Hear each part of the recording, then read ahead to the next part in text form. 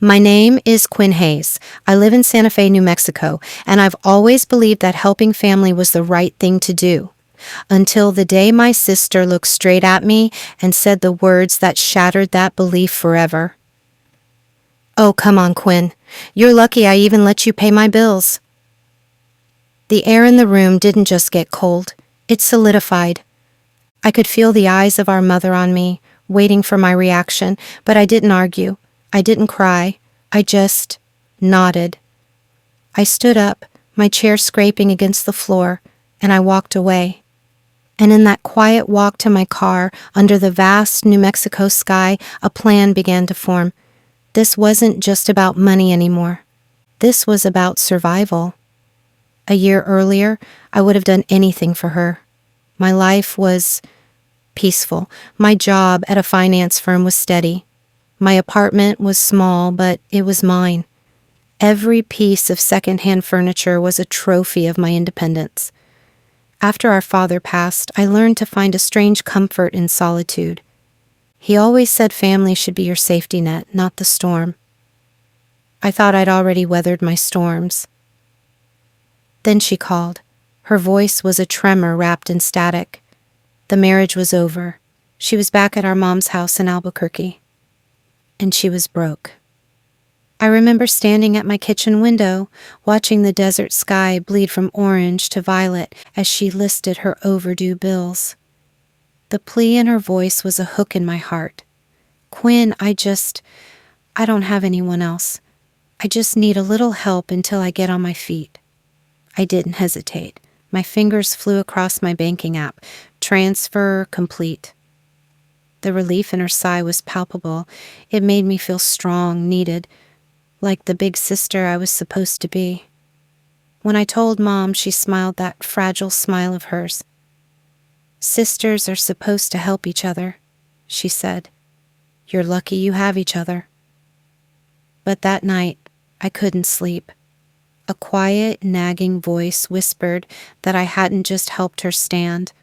I had taught her how to lean. 6 months later, the pattern was a prison.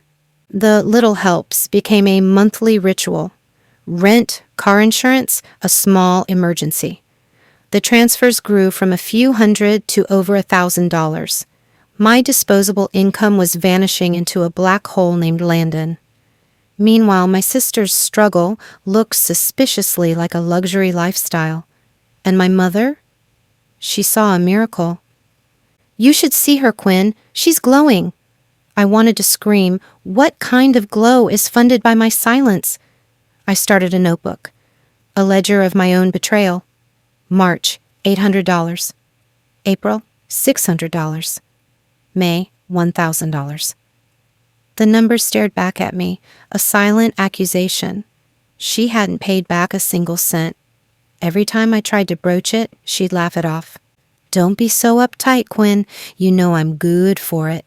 You're the stable one." The stable one. Code for the doormat. The human safety net with a steady job and no life of her own. The breaking point was a Thursday. A crying call. Her car broke down on the highway, needed a tow, needed money now. I sent it, and that very night, a photo. Landon, laughing, holding a cocktail under neon lights. The caption, "Even bad days deserve good company." I stared at that photo until the pixels blurred. That wasn't my sister. That was a stranger funded by my guilt. I finally confessed everything to my friend Talia. She stirred her iced tea, her silence more powerful than any lecture. "Quinn, you're not doing her a favor. You're providing a service she's come to expect. Help someone once, they'll thank you. Help them twice, they'll expect it. Help them a dozen times, and they feel entitled to it. You're not her bank. You're her sister. There's a difference." Her words were a bucket of ice water, but the trap was already set. Landon called with a new, simpler idea. "Quinn, it would just be easier if I had a card on your account, just for bills, I swear." I felt every nerve in my body scream no, but the part of me that was still her big sister, the part that wanted to believe, whispered, Maybe this time. I mailed her the card. It was the single worst decision I ever made.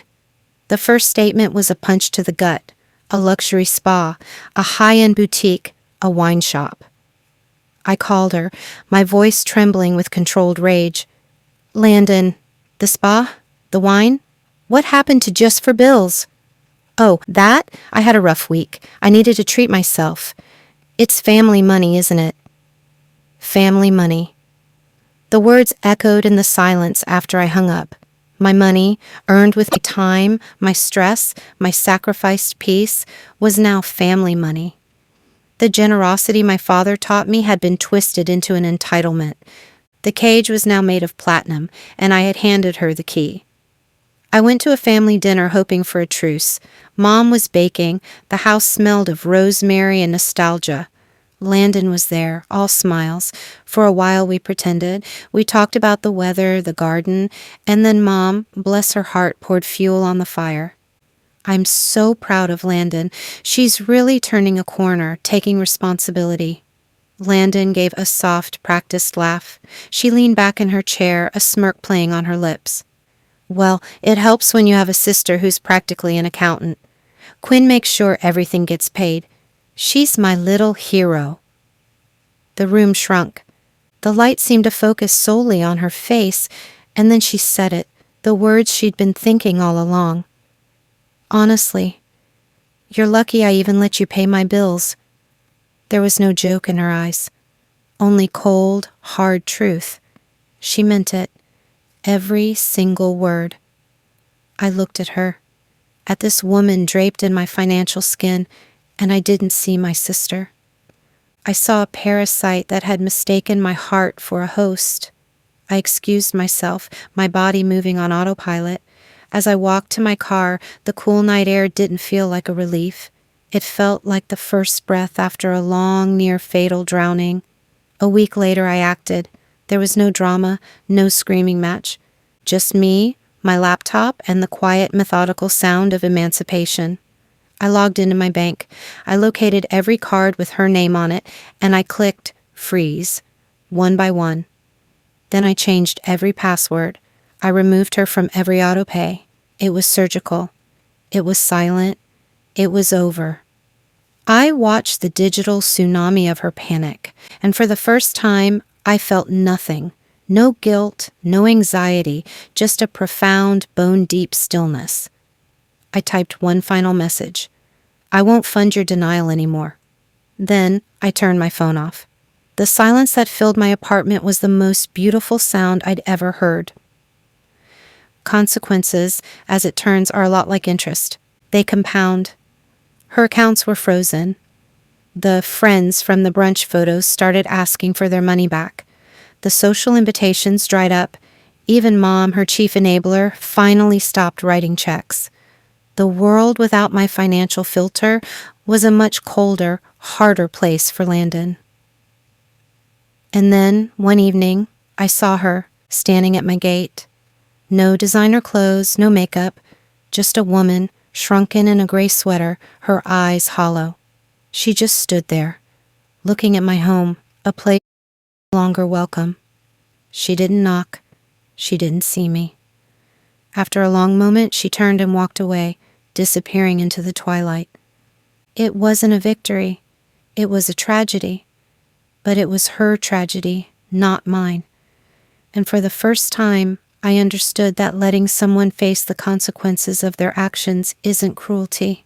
It's the hardest form of love. A month later, an email arrived. She had moved to Phoenix, got a job, started therapy. She wrote, "Thank you for stopping me before I drowned." She didn't ask for anything. She just apologized. I didn't reply. Some bridges are meant to stay burned, so you can finally see the sky. I burned the notebook that day. Watched the numbers that had haunted me turn to smoke and vanish. My father was right. Generosity is a gift, not an obligation. You have to keep something for yourself, your peace, your boundaries, your life. I learned that love without boundaries isn't compassion, it's surrender. And sometimes the most powerful thing you can do for someone you love is to let them go, to let them fall, because that's the only way they'll ever learn to stand on their own. If you've ever had to set a difficult boundary with someone you love, share your story in the comments below. You are not alone. Subscribe for more stories about reclaiming your power.